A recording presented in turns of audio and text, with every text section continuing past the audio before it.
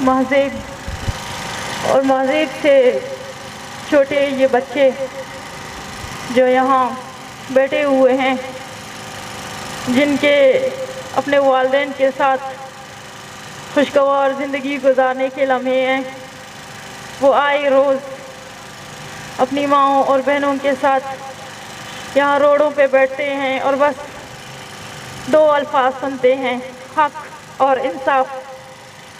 یہ دو الفاظ شاید ان کو سمجھنے کے لیے ہمیں بھی بڑا عرصہ لگا ہے اور ابھی تک ہم ان کو صحیح سے سمجھ نہیں پائے ہیں، لیکن یہ بچے ان الفاظ کو اتنا سنتے ہیں کہ انہی الفاظ کے ساتھ ان کی زندگی گزر جاتی ہے، اور یہ جب ایک عمر کو پہنچتے ہیں تو ان کے اندر ایک ایسا نفرت اگلتا ہے۔ اب یہ اس ریاست کی ذمہ داری ہے کہ اس نفرت کو روکے، ورنہ ان بچوں میں اگلتی نفرت اس پورے ریاست کو اپنے لپیٹ میں لے لے گی۔ لاپتہ عبدالحمید زہری کے بیٹے کو دعوت دینا چاہوں گی کہ وہ آئیں اور اپنے خیالات کا مختصراً اظہار کریں۔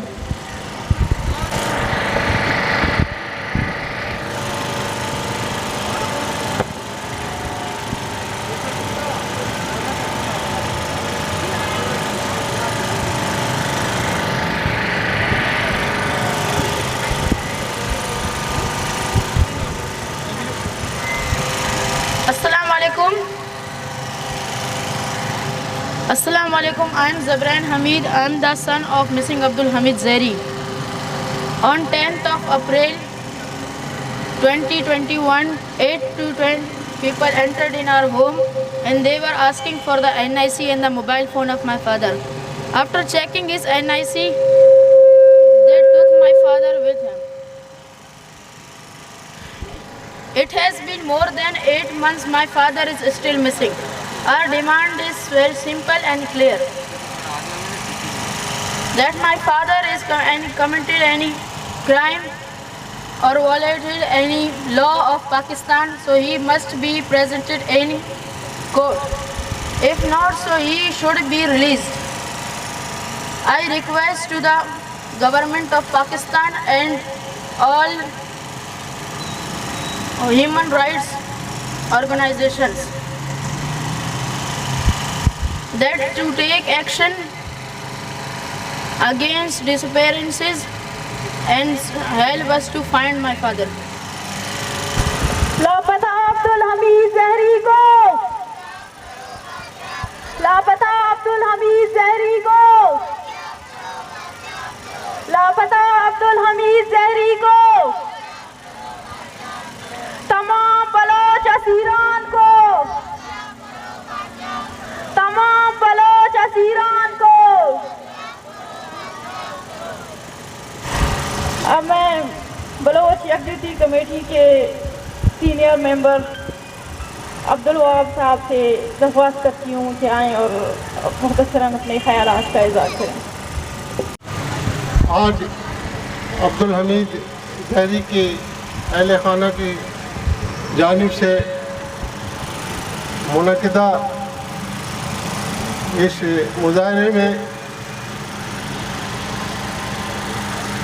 عبدالحمید زہری کو 10 اپریل 2021 کو یہاں اس کے گھر گلستان جوہر کراچی سے لاپتہ کیا گیا۔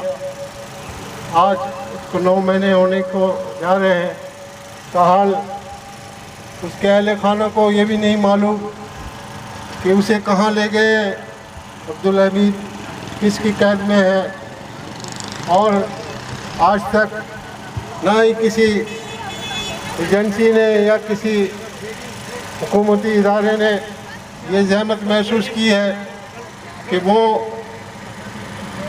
ایک شہری جسے غائب ہوئے 9 مہینے ہو چکے ہیں، اس کے بارے میں کم از کم اس کے اہل خانہ کو یہ تو بتا دے کہ وہ کس کی تحویل میں ہے۔ اس ملک میں ظلم تو یہی ہے کہ نہ اپنے بنائے ہوئے قانون اور آئین کو مانتے ہیں، نہ ہی اس پر عمل درآمد کرتے ہیں، اگر کسی شہری کو غائب کیا جاتا ہے تو ان اداروں کو یہ ذمہ داری ہوتی ہے کہ اسے 24 گھنٹے کے اندر مجسٹریٹ کے سامنے پیش کریں، لیکن عدالتیں بھی خاموش، جج بھی خاموش، چیف جسٹس بھی خاموش۔ چیف جسٹس صاحب یہاں نیشنل ٹاور میں ایک آباد بڑی بلڈنگ کو تو گرانے کا حکم دے دیتے ہیں، لیکن ان کے نظر میں ایک شہری کی کوئی اہمیت نہیں، جس کے بچے یہاں روڈوں پر آ کر پریس کلب پر بلکتے ہوئے فریاد کرتے ہیں، لیکن ان کی فریاد سننے والا کوئی نہیں۔ جیسا کہ ہماری پیاری بچی مازر نے کہا کہ بھئی ہم تم سے بھیک نہیں مانگ رہے، ہم تم سے انصاف مانگتے ہیں، لیکن یہاں پر کون انصاف دے گا؟ انصاف نے ہم دیکھتے ہیں کہ بھئی جو ہے یہاں پر جو ہے ہائی کورٹ اور سپریم کورٹ کے سامنے جو ترازو ہے تو اس پر جو بیٹھے ہوئے فرد ہے تو وہ انصاف کی آنکھ پہ کالی پٹی بندھی ہوئی ہے۔ تو ہم دیکھتے ہیں کہ عملاً اس ملک میں یہی صورتحال ہے کہ واقعی انصاف اور قانون نے اپنے آنکھ پر پٹی باندھی ہوئی ہے، وہ یہاں پر اپنی کسی شہری کی آواز سننے کے لیے تیار نہیں۔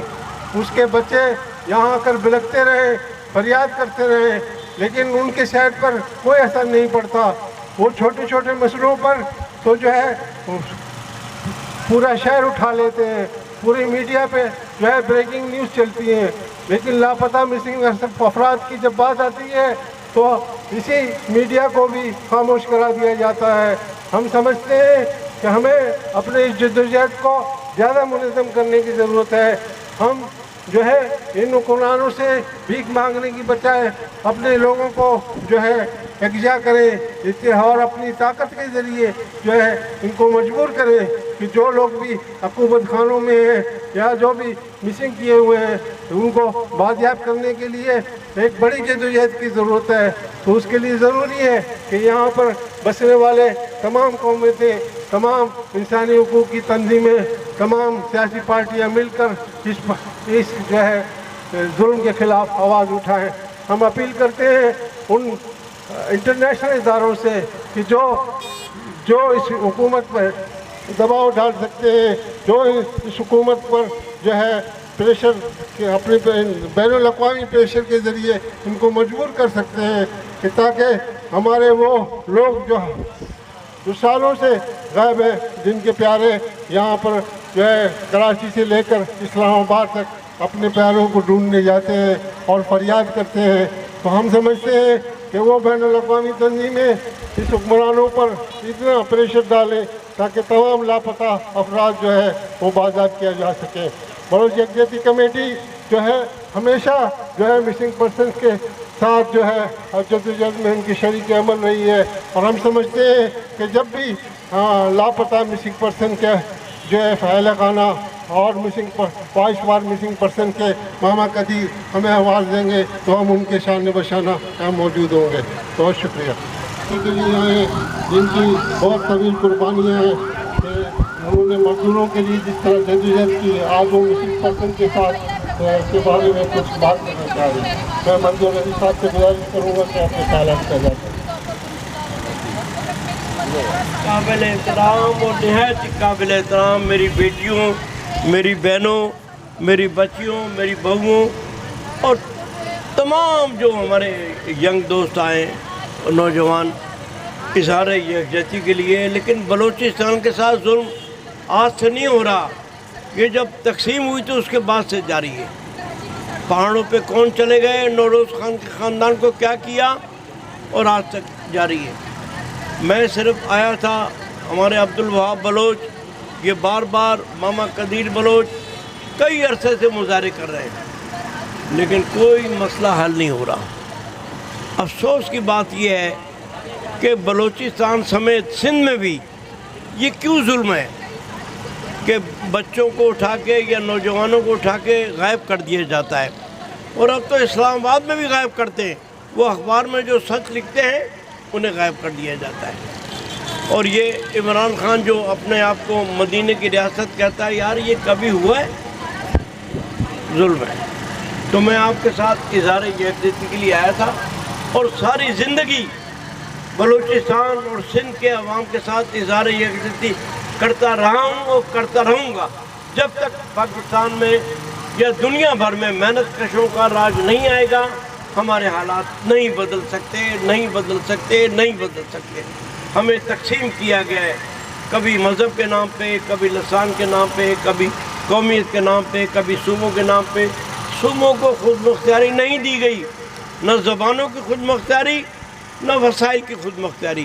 تو میں سمجھتا ہوں کہ ظلم ہے اور میں احتجاج کرتا ہوں کہ بلوچستان سمیت سندھ اور جہاں بھی جو نوجوانوں کو غائب کیا گیا ہے، جو ہماری بچی نے باتیں کی ہیں کہ میرا بھائی یا میرا باپ کو غائب کیا گیا ہے، یا اسی طرح سارے لوگ موجود ہیں، ان سب کو بازیاب کرایا جائے، عدالت میں پیش کیا جائے یا گھر والوں کے حوالے کیا جائے.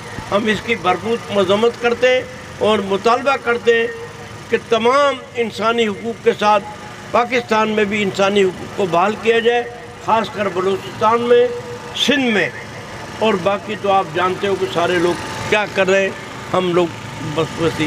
میں ایک شعر کے ساتھ یہ آپ کو سنانا چاہتا ہوں، بڑا اچھا. اس نے ہماری بیٹی کمپیر نے بات کی تھی کہ میرے ضمیر نے قابل کو نہیں بخشا، میں کس طرح سے قاتلوں کو معاف کر دوں. آپ دیکھیں کہ قاتل بھی ہیں، اغوا کار بھی ہیں، کیسے برداشت کریں گے. آپ کا بہت بہت شکریہ. بلوچستان کی آزادی کی جنگ لڑنی چاہیے، انسانی حقوق کی جنگ لڑنی چاہیے. خواتین کی بڑی شرکت میں سمجھتا ہوں کہ بڑی بات ہے. شرم آنی چاہیے سندھ گورنمنٹ کو، بلوچستان کی حکومت کو اور مرکزی حکومت کا. آپ کا بہت بہت شکریہ.